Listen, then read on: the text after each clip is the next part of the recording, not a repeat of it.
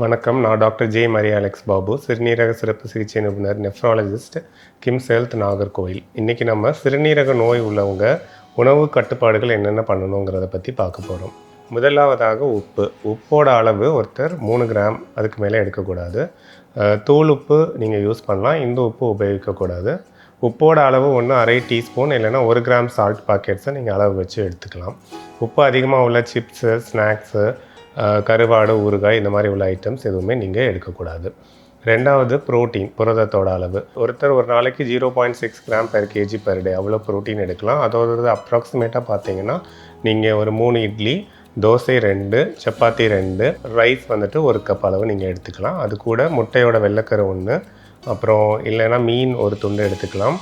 Chicken, mutton, beef maximum எடுக்காமல் இருக்கிறது நல்லது. பயிறு, சுண்டல் இது எல்லாமே ஹோட்டலில் கொடுக்குற சின்ன கப் அளவுக்கு நீங்கள் ஒரு நாளைக்கு உணவில் எடுத்துக்கலாம்.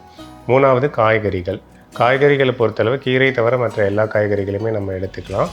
காய்கறி எல்லாமே நீங்கள் தோல் நீக்கிட்டு வெதுவெதுப்பான தண்ணியில் அதை போட்டு 1 மணி நேரத்துலேருந்து 2 மணி நேரம் ஊற வச்சு அந்த தண்ணியை தூர ஊற்றிட்டு அதுக்கப்புறம் அந்த காய்கறிகளை நீங்கள் வதக்கி யூஸ் பண்ணலாம். அதுக்கப்புறம் பழங்கள் பொறுத்தளவு ஆப்பிள், கொய்யாப்பழம், பப்பாளி இது மட்டும் தான் சாப்பிடணும். இது தவிர உள்ள பழங்களை தவிர்க்கவும். எந்த ஒரு பழத்தையும் நீங்கள் ஜூஸ் போட்டு குடிக்கக்கூடாது. 5வதாக பொட்டாசியத்தோட அளவு. பொட்டாசியம் அதிகமாக இருக்க உணவுகள் என்னென்னு உங்களுக்கு கண்டிப்பாக தெரிஞ்சிருக்கணும். வாழைப்பழத்தில் பொட்டாசியம் அதிகம் உண்டு. அது போக நட்ஸு, டேட்ஸு, கீரை, இளநீர், நொங்கு இது எல்லாத்துலேயுமே பொட்டாசியம் அதிகம் இருக்கும். இதை கண்டிப்பாக நீங்கள் தவிர்க்கணும்.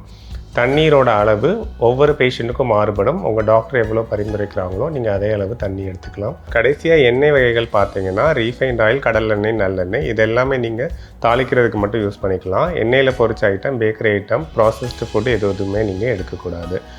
ஆரோக்கியமான உணவு பழக்க வழக்கங்களை ஃபாலோ பண்ணுவோம். கிட்னி நோய் கூடாமல் பாதுகாப்போம். நம்ம கிம்ஸ் ஹெல்த் நாகர்கோவிலில் நெஃப்ராலஜி ஓபிடி வாரத்தில் எல்லா நாளும் உண்டு.